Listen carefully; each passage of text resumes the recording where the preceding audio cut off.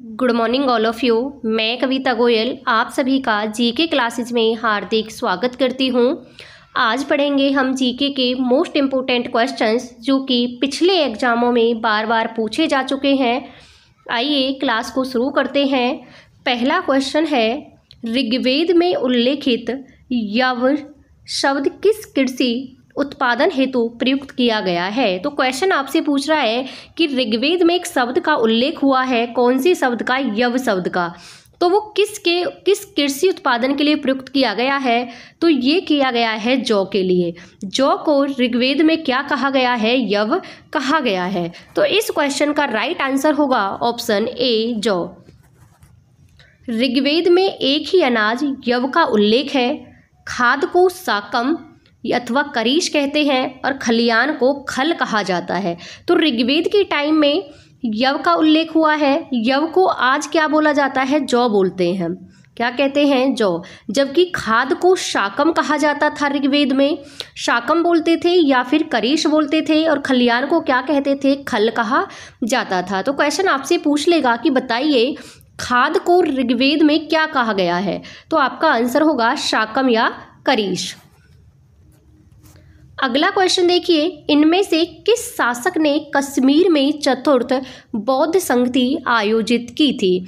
तो किसने की थी, ये की थी कनिष्क ने। कनिष्क के शासनकाल में कश्मीर में चतुर्थ संगति का आयोजन हुआ था। तो कश्मीर से याद रखना है कनिष्क। कनिष्क ने की थी चौथी बौद्ध संगति, क्योंकि महात्मा बुद्ध के बौद्ध धर्म के लिए 4 संगतियों का आयोजन किया गया था, और जिसमें जो सबसे लास्ट की थी चौथी, उसका आयोजन किसने किया था, कनिष्क ने किया था। और कहाँ पर हुआ था, कश्मीर के कुंडल वन में हुआ था।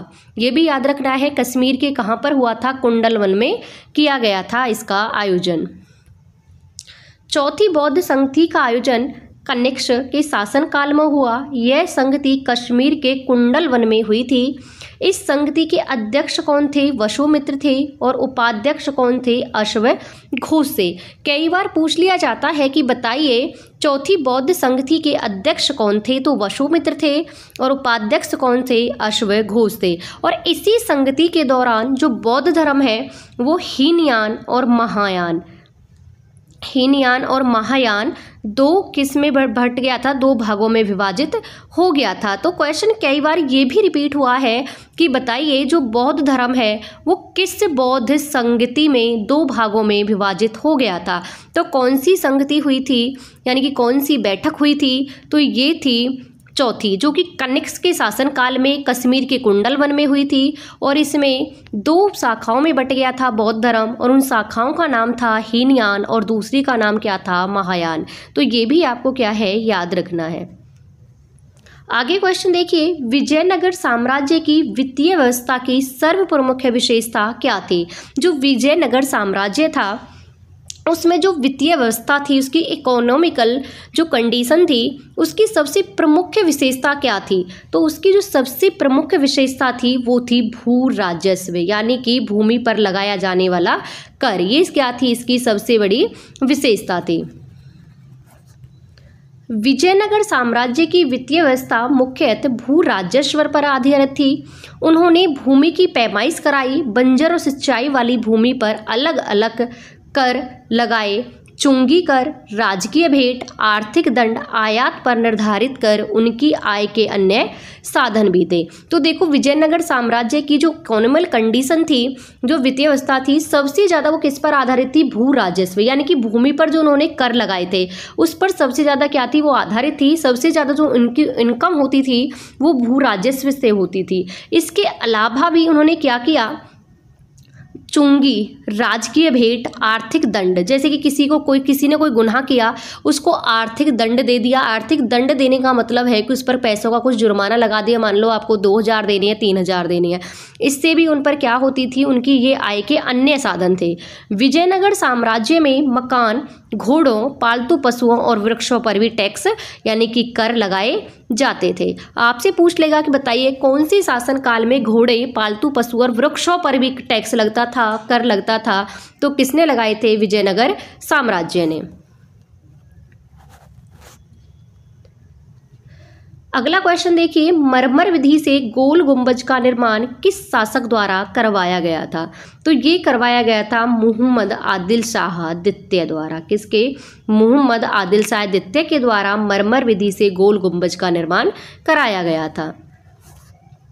कर्नाटक के बीजापुर में स्थित है गोल गुंबज। इसका निर्माण बहमन शासक मोहम्मद आदिल शाह द्वितीय के शासनकाल के समय ही प्रारंभ किया गया था, जबकि इसका निर्माण पूर्ण रूप से अली आदिल शाह द्वितीय ने कराया था। तो वही इसकी शुरुआत किसने कर दी थी? मोहम्मद आदिल शाह द्वितीय ने, लेकिन इसको पूर्ण किसने किया था? अली आदिल शाह द्वितीय ने। जैसे कि हम कुतुब मीनार के बारे में पढ़ते हैं कि कुतुब मीनार को जो शुरू करवाया था वो किसने कराया था? कुतुबुद्दीन ऐबक ने कराया था, जबकि उसका पूरा कार्य किसने करवाया? इल्तुतमिश ने कराया था। तो वही कंडीशन यहाँ पर है कि बीजापुर में गोल गुंबज का निर्माण जो है वो मोहम्मद आदिल शाह द्वितीय के द्वारा किया गया था उसका प्रारंभ, लेकिन अली आदिल शाह जो द्वितीय हैं उन्होंने इसका काम पूरा कराया था। दोनों में सिर्फ अंतर है मोहम्मद और अली का, नाम सेम है।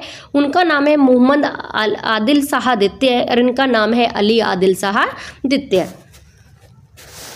अगला क्वेश्चन देखिए, आईने अकबरी पुस्तक का लेखक कौन है? तो आईने अकबरी जो पुस्तक है वो किसने लिखी है? अबुल फजल ने लिखी है, जो कि अकबर के दरबारी कवि थे अबुल फजल, और इन्होंने लिखी है अकबरनामा और आईने अकबरी।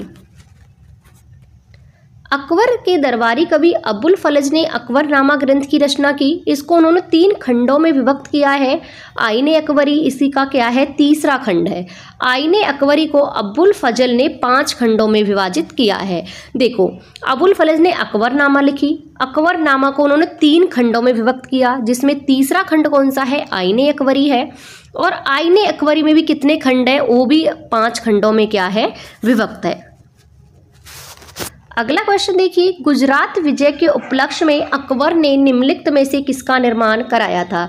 तो किसका कराया था? बुलंद दरवाजा। जब अकबर ने गुजरात को विजय किया तो उसकी खुशी में उसने फतेहपुर सीकरी में बुलंद दरवाजे का निर्माण करवाया था। और गुजरात की विजय के दौरान ही जो है अकबर, उन्होंने सबसे पहले समुद्र को देखा था। एक बार क्वेश्चन ये भी रिपीट हुआ था कि किस विजय के दौरान अकबर ने पहली बार समुद्र को देखा? तो कौन सी विजय? गुजरात विजय के दौरान ही उन्होंने पहली बार क्या देखा था? समुद्र को देखा था। बुलंद दरवाजा का निर्माण 1571 ईस्वी में अकबर ने फतेहपुर सीकरी में गुजरात विजय के उपलक्ष्य में करवाया था। यह दरवाज़ा 53 मीटर ऊंचा है और 35 मीटर क्या है? चौड़ा है।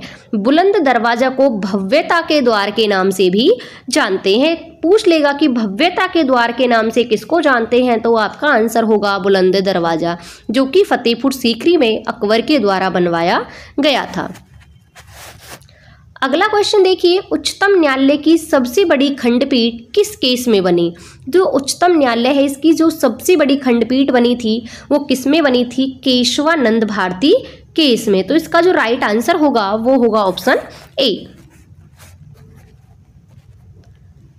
उच्चतम न्यायालय की सबसे बड़ी खंडपीठ केशवानंद भारत बनाम केरल राज्य मामले में 1973 में गठित की गई थी। इसमें कुल जजों की संख्या कितनी रही? 13 रही थी। इसके बाद सुप्रीम कोर्ट की जो दूसरी सबसे बड़ी खंडपीठ थी वो 1967 में गोलकनाथ बनाम पंजाब राज्य में गठित की गई और इसमें न्यायाधीशों की संख्या कितनी थी? 11 थी। तो सबसे बड़ी केशवानंद भारती बनाम केरल राज्य के मामले में, जो कि 1973 में गठित की गई, और सबसे ज़्यादा जज थे 13। दूसरी जो सबसे है वो 1967 में गोलकनाथ बनाम पंजाब में, और जज कितने थे? 11। आगे देखिए, किस राज्य का प्रथम विधि अधिकारी कौन होता है? तो किसी भी राज्य का जो प्रथम विधि अधिकारी होता है वो कौन होता है? तो ये होता है महाधिवक्ता। कौन होता है? महाधिवक्ता। संविधान के अनुच्छेद 165 2 के अनुसार प्रत्येक राज्य का राज्यपाल उच्च न्यायालय के न्यायाधीश के नियुक्त होने की योग्यता रखने वाले किसी व्यक्ति को राज्य का महाधिवक्ता नियुक्त कर सकता है। तो ये क्या है कि अनुच्छेद 165 2 में कहा गया है कि जो किसी भी राज्य का राज्यपाल एक ऐसे व्यक्ति को महाधिवक्ता नियुक्त कर सकता है जो कि उच्च न्यायालय के न्यायाधीश बनने की योग्यता रखता हो। आपसे पूछ लेगा कि बताइए किसको वो महाधिवक्ता नियुक्त कर सकता है? कौन? राज्यपाल। तो जिसमें भी उच्च न्यायालय का न्यायाधीश बनने की योग्यता हो उसे ही वो महाधिवक्ता नियुक्त कर सकता है। यही एक क्वेश्चन और भी छुपा हुआ है कि महाधिवक्ता की नियुक्ति कौन करता है? तो महाधिवक्ता की नियुक्ति राज्य के राज्यपाल करता है। यह राज्य का प्रथम विधि अधिकारी होता है। इसके वेतन भत्तों का निर्धारण राज्यपाल के द्वारा किया जाता है। अगला क्वेश्चन देखिए, नागरिक संहिता किस राज्य में लागू है? तो ये है गोवा में। नागरिक संहिता किस में लागू है? गोवा राज्य में लागू है। समान नागरिक संहिता के अंतर्गत सिविल मामले जैसे कि विवाह, तलाक, उत्तराधिकार आदि के संबंध में सभी धर्मों के लिए समान कानून लागू होता है। भारत के गोवा राज्य में समान नागरिक संहिता लागू है। भारतीय संविधान के अनुच्छेद 44 के अंतर्गत सभी नागरिकों के लिए समान सिविल संहिता का प्रावधान है। इसमें क्या है, जैसे कि विवाह, तलाक, उत्तराधिकारी, जितने भी ऐसे केसेस होते हैं या कोई भी धर्म है तो सभी धर्मों के लिए क्या है? कानून क्या है? समान कानून है। इसे ही बोला गया समान नागरिक संहिता। और इसे सबसे पहले किस राज्य ने लागू किया? गोवा राज्य ने इसे लागू किया है। 1878 ईस्वी का वर्नाक्यूलर एक्ट किसने रद्द कर दिया था? तो किसने रद्द कर दिया था? ये किया था लॉर्ड रिपन ने। इसे लागू किसने किया था? लॉर्ड लिटन ने लागू किया था। और इसे एक रद्द किसने किया था? लॉर्ड रिपन ने इसे क्या कर दिया था? रद्द।